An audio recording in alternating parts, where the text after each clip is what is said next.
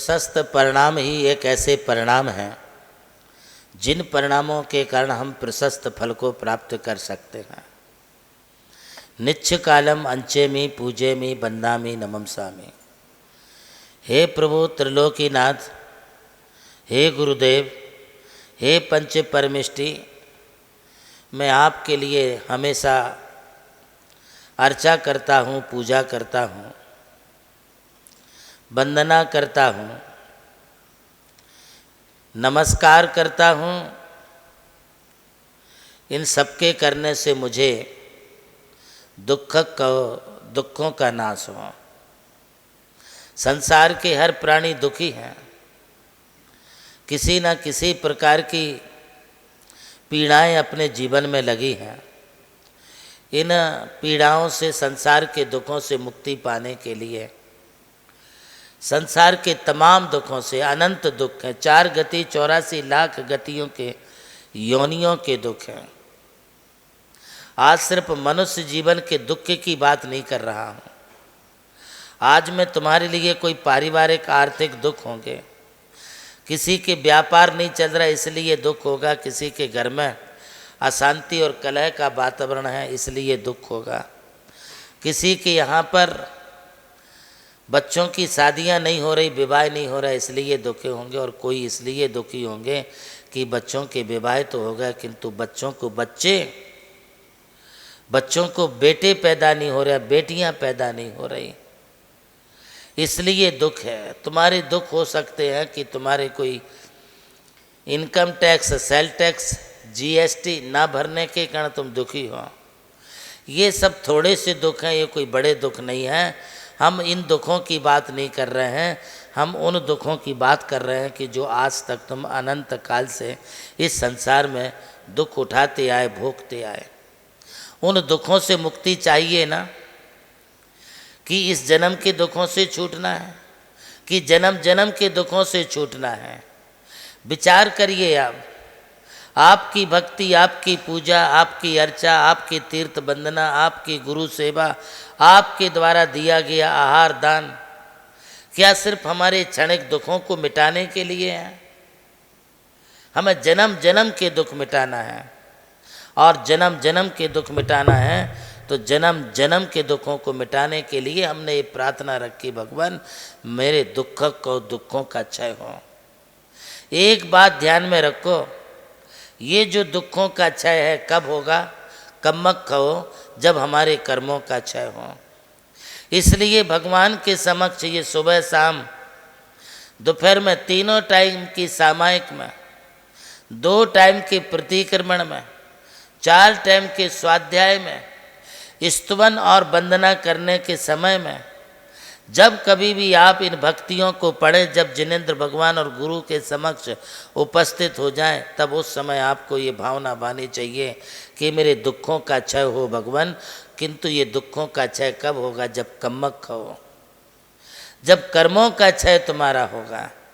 बिना कर्मों के क्षय हुए सिवाय अपने दुखों का क्षय नहीं होगा। आप ये बताइए कि कर्मों का क्षय कैसे होगा?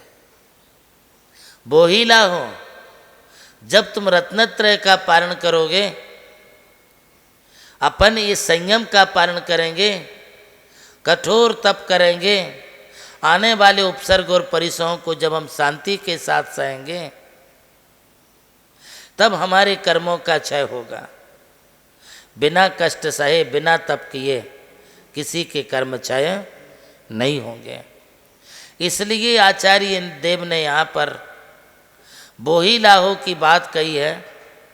ये बोधि का लाभ अर्थात रत्नत्रय की प्राप्ति बड़े मुश्किल से मिलती है। दुनिया में हमें सब कुछ मिल सकता है, धन कन कंचन राज सुख सभी सुलभ कर जान, दुर्लभ है संसार में एक यथार्थ ज्ञान। ये यथार्थ ज्ञान ही सच्ची बोधि है।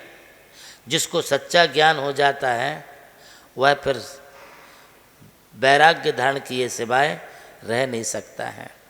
वो सच्चा ज्ञान है आत्मज्ञान। जब अपने को ये ज्ञान हो गया कि संसार में कोई सार नहीं है, तब आप रत्नत्रय को धारण करोगे, संयम को धारण करोगे। और जैसे ही तुमने संयम लिया कि रत्नत्रय अपने जीवन में आ जाता है, और रत्नत्रय आ गया तो अब अपना अंतिम लक्ष्य क्या है?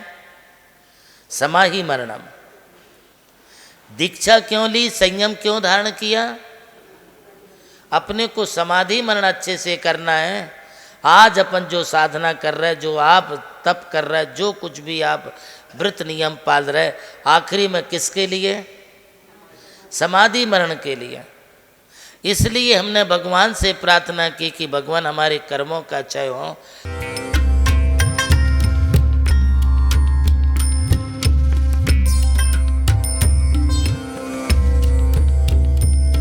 जैन धर्म केवल धर्म नहीं, जन जन का धम है। यही है इस धर्म की संस्कृति। सन 2010 चातुर्मास के दौरान मांगी तुंगी और गजपंथा की तीर्थ यात्रा के बाद एक रात्रि गजपंथा की पहाड़ियों पर विश्राम करते समय आचार्य श्री देवनंदी जी महाराज को एक दिव्य स्वप्न प्राप्त हुआ।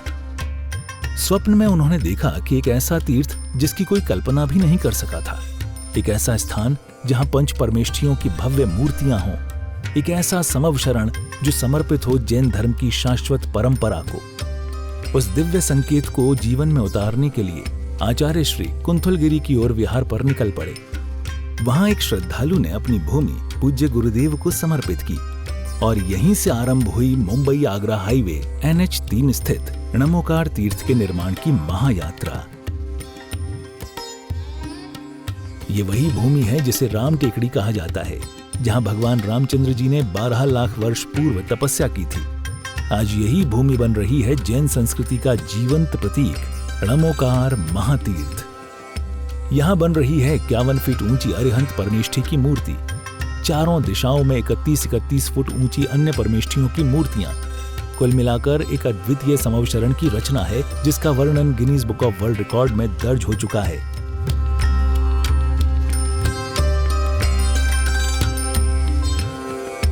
इस भव्य मंदिर जी में स्थापित किए जा रहे हैं 24 तीर्थंकरों के 24 मंदिर, पंचमेरु, नंदीश्वर द्वीप, नवदेवता और 64 रिद्धि मंदिर, सप्तऋषि मंदिर और गोमटेश्वर बाहुबली, संवेद शिखर जी की झलक और क्षेत्रपाल मंदिर।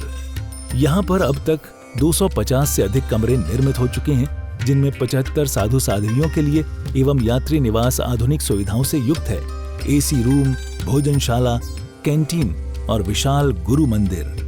णमोकार तीर्थ का भूमि पूजन 8 फरवरी 2014 को संपन्न किया गया था और आज लगभग 10 लाख स्क्वायर फीट से अधिक निर्माण पूर्ण हो चुका है और अब यह दिव्य तीर्थ अपने चरम आयोजन की ओर अग्रसर है।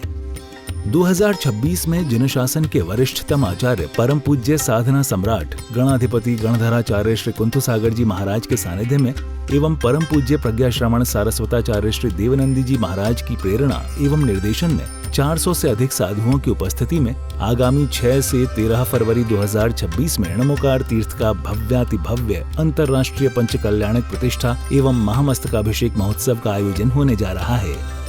खुल रहा है पुण्य का द्वार, जो करेगा भव पार।